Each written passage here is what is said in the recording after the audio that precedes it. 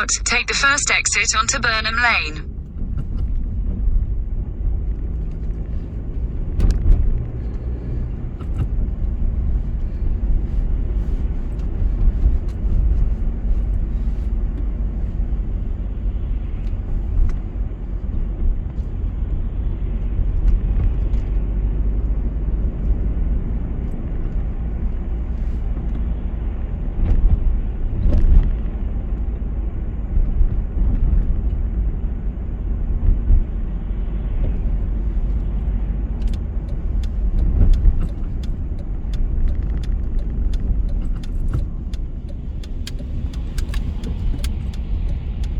In a quarter of a mile, turn right onto Bath Road, A4.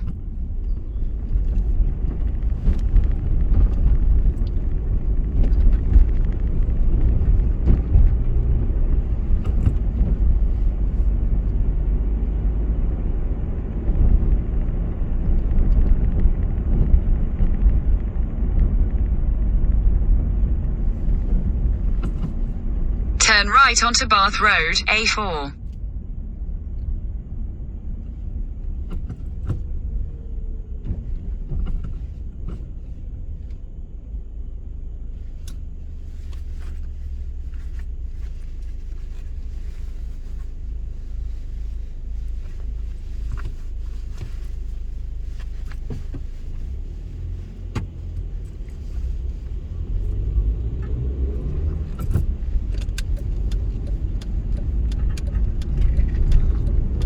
Continue on Bath Road for 3/4 of a mile.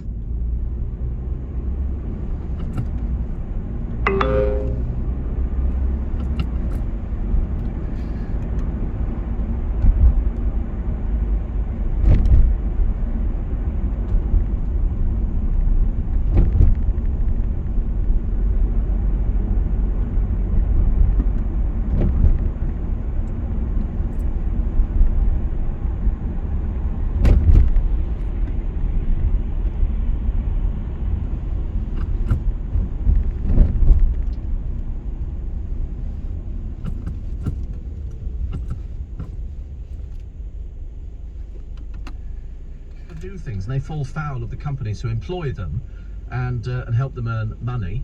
It's like John Burko, where he goes from now, God alone knows. You know, nobody's going to touch him, are they, with a barge pole?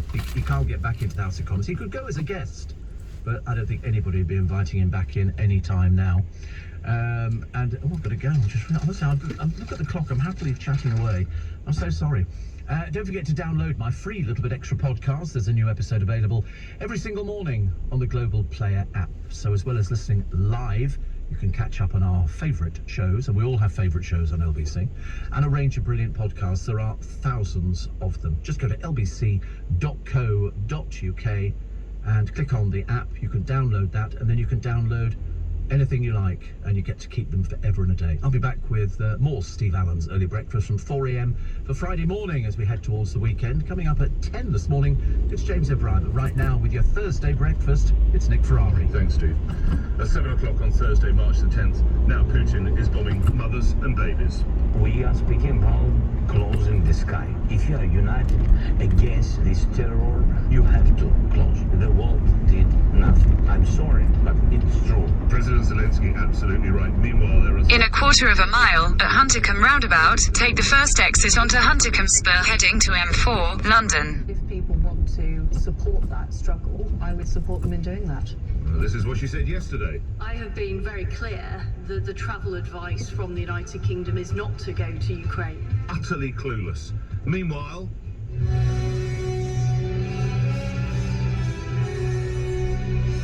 as cancel culture reaches a dizzying, absurd high, it's suggested orchestras should not play music by Tchaikovsky.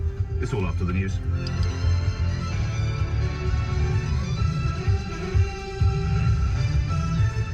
On your radio, on Global Player, and Play LBC. leading Britain's conversation.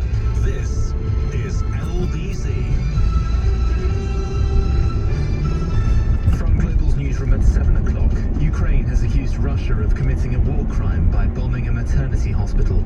Yesterday's attack in the city of Mariupol injured at least 17 people, including women waiting to give birth. Secretary of State Antony Blinken says Moscow is continuing to strike built-up areas. We've sought to provide... Exit the roundabout onto Huntercombe Spur. President Putin. He's the only one who can decide whether or not to take them. So far, every time there's been an opportunity to do just that, he's pressed the accelerator and continued down this horrific road. The White House has warned Vladimir Putin's forces keep left at the fork. Weapons in the conflict, which is entering its third week. The foreign ministers of Ukraine and Russia are preparing to meet in Turkey for peace talks. David Cameron has... In a quarter of a mile, merge onto M4. ...system easier for Ukrainian refugees trying to come to Britain. Speaking on Tonight with Andrew Marr, the former Prime Minister urged Boris Johnson to put his trust in the new Refugees Minister, Richard Harrington. I hope he is in the bag to say, well, if we want to go short of visas, if it's just Ukrainian passports and perhaps something else, let's find the way to get it done. I would put my trust in him and give him the ability. I'm not here. A trade body has warned higher fuel prices will lead to people paying more for food. Continue on M4 for 11 miles. The high cost of diesel will end up being passed on to customers. In Ireland, the government has agreed to cut excise duty on fuel. An investigation has found a rail crash was caused in part by a faulty drainage system that was unable to cope with heavy rain. 3 people were killed in the landslip in Aberdeenshire in August 2020. Novak Djokovic has withdrawn from 2 tennis tournaments in the US as COVID rules prevent him from entering the country. He's pulled out of the Indian Wells and the Miami Open because of America's requirements to be vaccinated. In the city, the FTSE 100 will reopen at 71.90 after closing up 226 points yesterday, and the pound buys $1.31 and €1.19. Lbc Weather, patchy light rain across parts of Scotland, Northern Ireland, Wales and Western England will slowly clear. Very mild in the east with some sunny spells, a high of 14 degrees. From Global's newsroom for LBC, I'm Simon Conway. Magic awaits, so listen to me for the first time Skies in a Sky TV. Remove the dish, the box and wires and meet Sky Glass. It's all you require. The apps or shows you want to try, just someone quick say, "Hello Sky." So believe in magic. Enjoy the view. Sky Glass will put its spell on you. The streaming TV from Sky. Sky Glass. Made for magic. Search Sky Glass. Require Sky TV and app subscriptions and minimum 10 megabits per second broadband. Coming soon.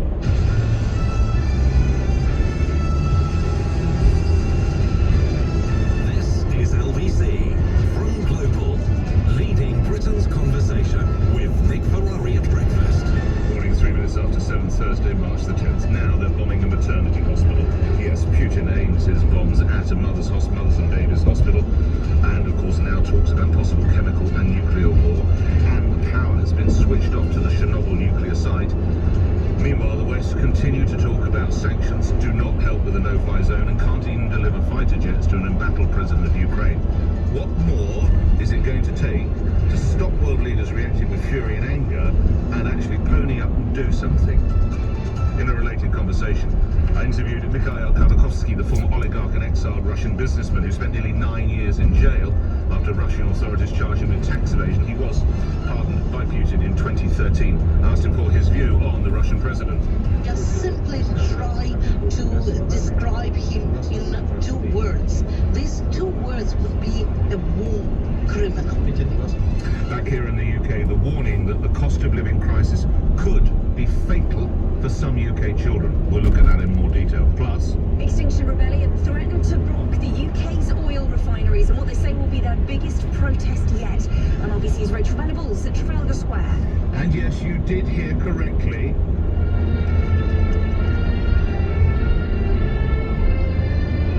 Orchestras now deciding they cannot play music by Tchaikovsky because of the Ukraine crisis. Nick Ferrari at breakfast. Call 0345 6060 973. Text 84850. Nick Ferrari at breakfast on LBC. World leaders have reacted with outrage after a large missile fired by a Russian jet hit the maternity and children's ward of a hospital in the besieged Ukrainian city of Mariupol. President Zelensky has posted a video of the blasted remnants of the hospital on his social media feed, showing walls with all their windows blown out and overturned beds. If you've seen the video, you will see mums, in some instances bleeding, being rushed out from the hospital by teams of volunteers. You will also see craters I estimate to be somewhere in the region of 30 to 40 feet deep. What size of bombs is he deploying? In other developments, Russian troops made minimal progress in taking ground, but Western officials have said they fear they are, quote, tightening the noose around Kyiv. Russian Defense Ministry admitted now conscript soldiers have been sent into Ukraine. After a day of political wrangling, the US categorically rejected a plan to send Polish combat aircraft to Ukraine. Question, if they won't do it, why won't we? Enough of the words. It's time for action. Here with the background to the story, LBC's political editor, Theo Usher. Theo. The images are horrific. Pregnant women being carried on stretchers from the wreckage of a Russian missile strike against a children and maternity ward in a hospital in Mariupol, a port city in southern Ukraine. Children, newborns and mothers all believed to have been killed in the attack from a Russian jet, prompting Ukraine's President Volodymyr Zelensky to renew his calls for the West to impose a no-fly zone over his country. We are speaking about closing the sky. If you are united against the Nazism and this terror, you have to close. Not me. Don't wait me asking you several times, a million times, close the sky. No, you have to phone us to our people who lost their children and say, sorry, we didn't do it yesterday, 1 week ago. We didn't push Putin. We didn't speak with him a lot. We didn't find a dialogue with him. We did nothing, and it's true. NATO is, of course, still ducking those demands for a no-fly zone. The fear is that shooting down a Russian plane would escalate the conflict into World War III. And you remember only on Tuesday, Poland said it would supply the US with 28 of its fighter planes, which could then be handed over to the Ukrainians, only for Joe Biden's administration to pull the plug hours later. But Defense Secretary Ben Wallace did tell MPs yesterday that this government was going to supply portable anti-aircraft missiles to Ukraine so they could shoot down the planes themselves. To date, the international community has donated over 900 man-portable air defense missiles and thousands of anti-tank guided weapons of varying types, as well as various small arms. But the capability needs strengthening. So in response to Ukrainian requests, the government has taken the decision to explore the donation of Starstreak high-velocity man-portable anti-air missiles. We believe that this system will remain within the definition of defensive weapons, but will allow the Ukrainian force to better defend their skies. Meanwhile, Western intelligence officials fear Putin will now resort to using chemical weapons like he did in Syria 10 years ago. The Russians confirmed last night they'd already used thermobaric weapons, which caused devastating injuries by sucking all the oxygen out of the air. Speaking in Washington, Foreign Secretary Liz Truss warned Vladimir Putin against any further escalation. Of course, the attack on the hospital is absolutely abhorrent, reckless and appalling, and the UK is at the forefront of supplying humanitarian aid into Ukraine. The British people are foursquare behind the people of Ukraine, and we're doing all we can to support. Foreign Secretary Liz Truss speaking in Washington yesterday to conclude Theo Usher's report. Let's go straight to Ukraine now. Matt Fry, of course, Channel 4 broadcaster and presenter, and on the LBC team sheet, remember Saturday mornings from 10, he joins us from Lviv. Matt, on the ground, is it the sense that this extension or escalation is because because Russia is losing, Putin is losing? Is that the sense? Good morning. Good morning to you, Nick. I wouldn't say that he's losing. I think even the most patriotic, committed Ukrainians would be very careful with using those words, but it's certainly stalling. And I think there are a couple of things that are interesting. That armoured column of tanks that we've seen from space and up close and personal from us in the last few weeks that seems to be advancing towards Kyiv has stopped advancing and is now a kind of sitting duck for some of the anti-tank missiles used by Ukrainian forces. And I think they have, exerted quite a lot of damage on those particular ground forces advancing towards some of the major city centres. So the weaponry that Britain, for instance, has sent them, those anti-tank missiles are working pretty well. At the same time, the Stinger missiles provided by the Americans make it very difficult for the Russians to fly at low altitude sorties over Ukrainian population centres. So that's why we're not seeing an awful lot of activity in the sky. And of course, the further up you go, the more also have these boot missiles the Ukrainians do, which are very good at shooting down, aircraft that are higher, about sort of 3,000 meters up. So, getting back to the question that you posed is, why don't we do something about the no-fly zone? At the moment, I think the feeling is, even among some Ukrainians, I mean, not rhetorically, not publicly, but privately, who know about this stuff, they say, well, actually, the no-fly zone at the moment doesn't make a huge amount of difference because the Russians just aren't flying that much. What we do need to do is take out some of their artillery, and that is a much more difficult thing to do because that would involve NATO troops on the ground, which no NATO government at the moment is prepared to do. Let me ask you this. You are far closer to Ukrainians than I. When they see their mothers and babies being bombed, I sense their resolve will only deepen. What is the reality? You're absolutely right. As I like to say, there is the hardware of the Ukrainian state, which is being pummeled by Russian artillery and Russian missile strikes. But what makes a nation, and what makes a nation fight, is the software. How you feel yourself, how you define yourself as a nation. Putin has made that so much stronger, including in places like Kharkiv, which is a predominantly Russian-speaking city of 1.2 million people, the second city of Ukraine, now, in the process of being leveled by Russian artillery. Those people supported Putin 10 years ago. They no longer support him now. In fact, they hate him. And this rage, this fire that burns quietly, and sometimes not so quietly, in the soul of every single Ukrainian, whether they're ethnically Russian or not, is extraordinary to behold. And even if they level this place to the ground, which I suspect is the plan, once they occupy this pile of rubble and call it victory, these people will not go quietly. They're not going to be the willing subjects of Moscow. They're literally just deferring the problem down the road.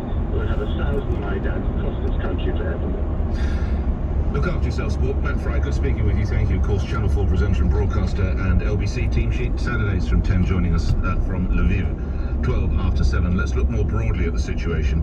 John now Lord Hutton served as Defence Secretary for Labour and also chaired RUSI, the Royal United Service Institute, and joins me now. Can I ask you, Lord Hutton, do you concur with me the fact that the no-fly zone was taken off the table so early on was a terrible mistake because Putin now knows he can operate pretty much with licence? Good morning. Yeah, good morning, Nick. Well, I think there have been a number of mistakes along the way, and I think that was probably one of them.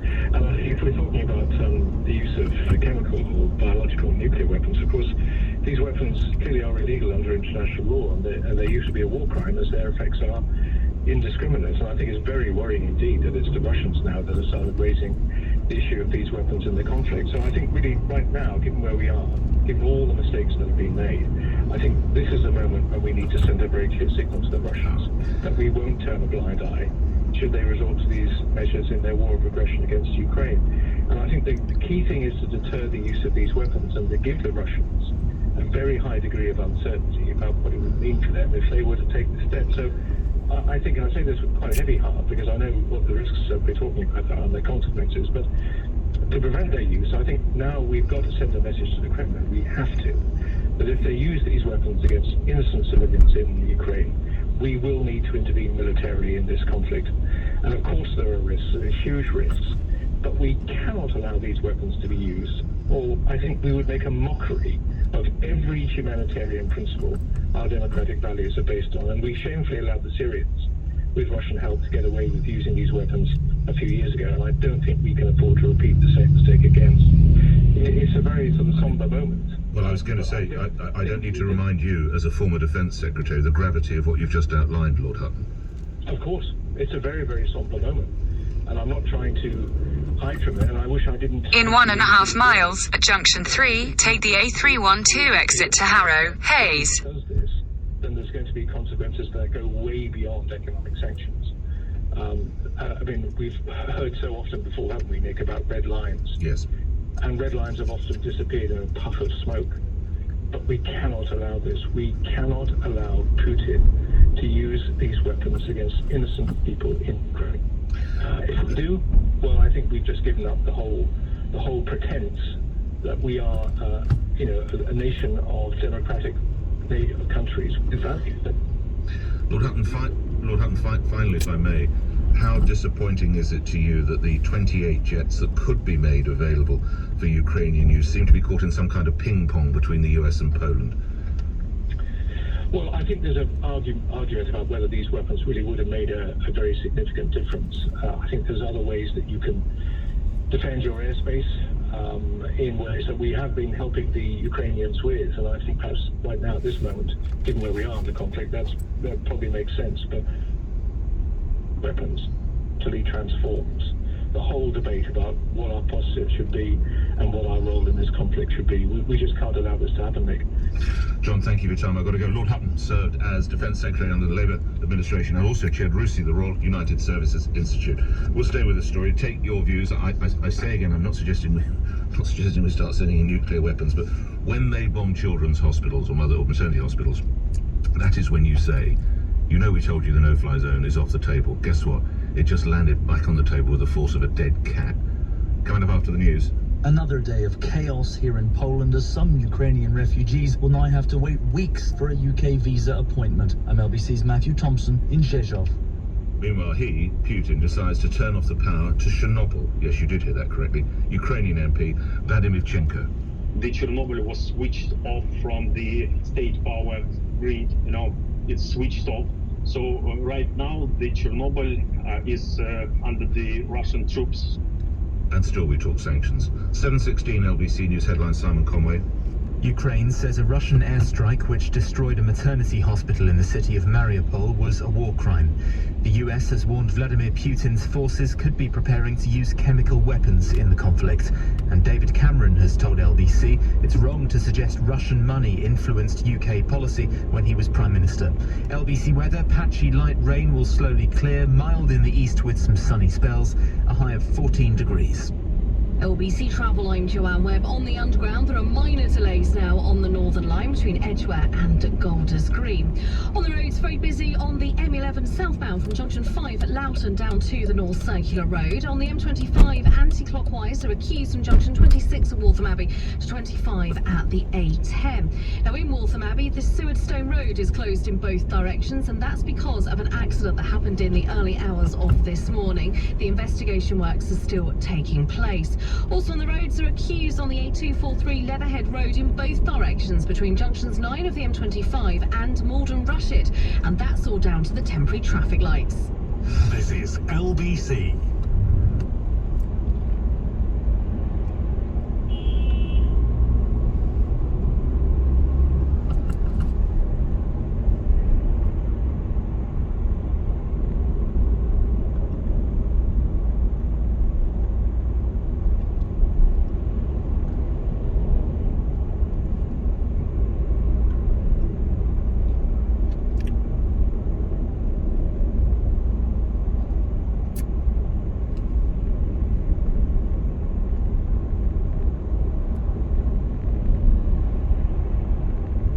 In a quarter of a mile, at junction 3, take the A312 exit to Harrow, Hayes.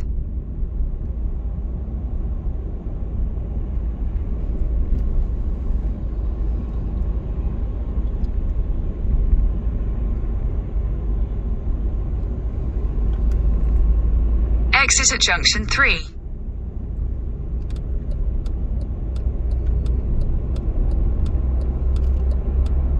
In a quarter of a mile, at Cranford Parkway Interchange, take the 4th exit onto the Parkway, A312.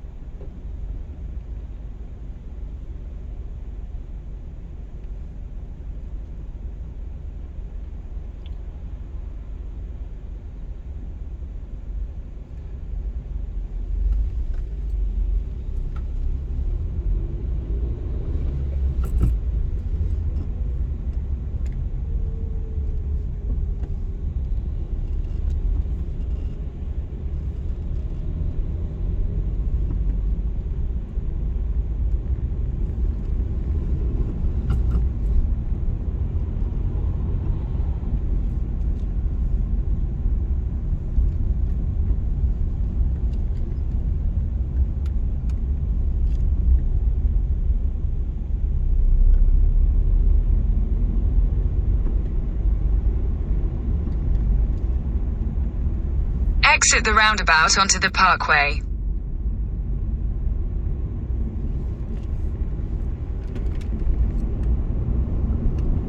Continue on the Parkway for 1 mile.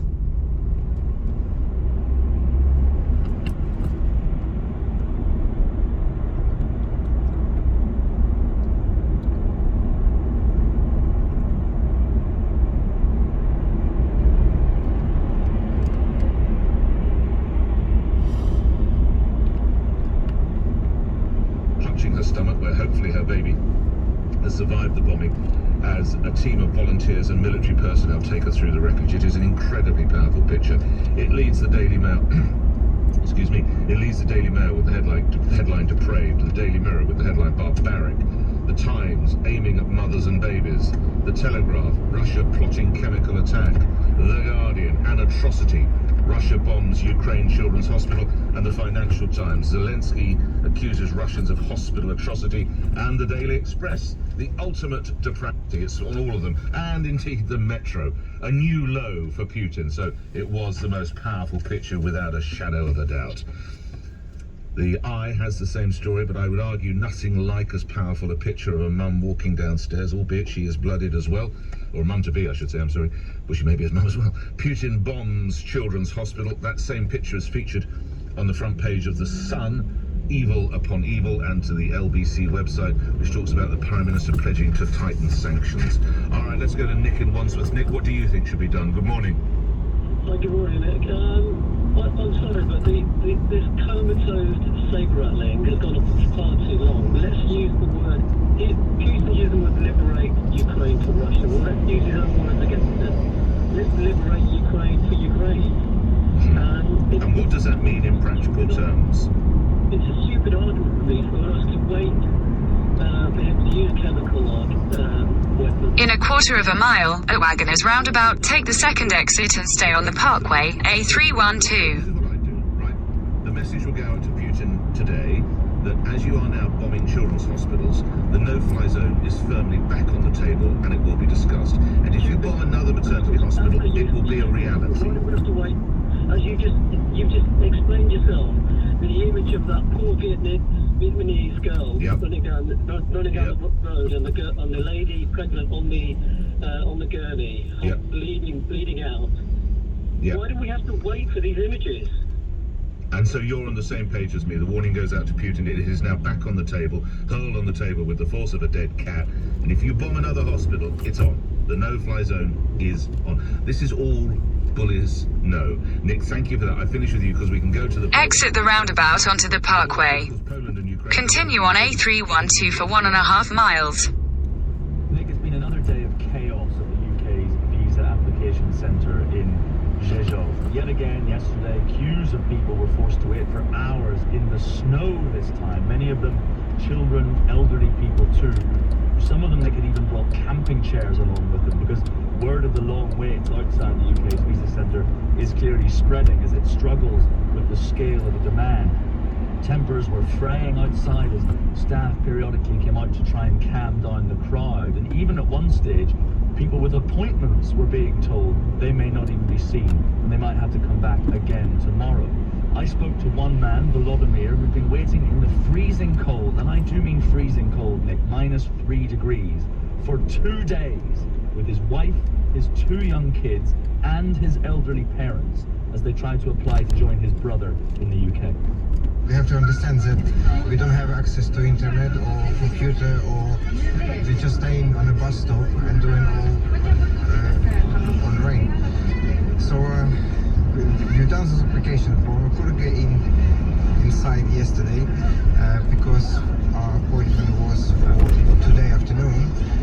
This morning we came here just trying to find out if we can come earlier. We've been told no, that you have to come half an hour before your appointment, and here we are now. We're saying that a lot of delays there, and most probably we're not gonna get in at all. You see the problem, Nick, of asking people fleeing war to sign online and book appointments. As he was saying, they don't have the means to do that as they're fleeing for their lives. Now, we heard today, Nick, that the Home Office office is preparing to expand and streamline the visa process after a barrage of criticism, even from its own side. Yesterday was the turn of former Chief Whip Julian Smith. I commend the Prime Minister's response to this Ukrainian crisis, but I think people across the country are genuinely concerned on our response on refugees, on the bureaucracy, on the tone of our response. He's shown with vaccines that government change really comes from the very top. Please can I urge him to look at again on resetting our policy and taking control of a more humane approach to those women and men fleeing.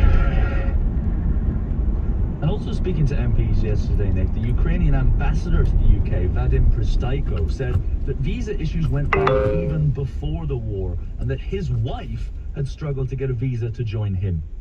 Visa centers is the issue we had to sit with you long time ago, even before the war. To process visas, it was always bureaucratic hassles. I have to tell you that even when I was coming here as ambassador, I got my visa on time, although I was already approved by your government half a year. My wife didn't have it. So even simple things like that, and bureaucracy is so tough. The overriding impression after 2 days stood at the visa centre here, Nick, is of a system struggling to cope. That is both a function of the unprecedented scale of this crisis, sure, but also, quite obviously, of a failure to impose the policy or the systems to cope with it. Matthew Thompson reporting now as many people seek to get out of the area.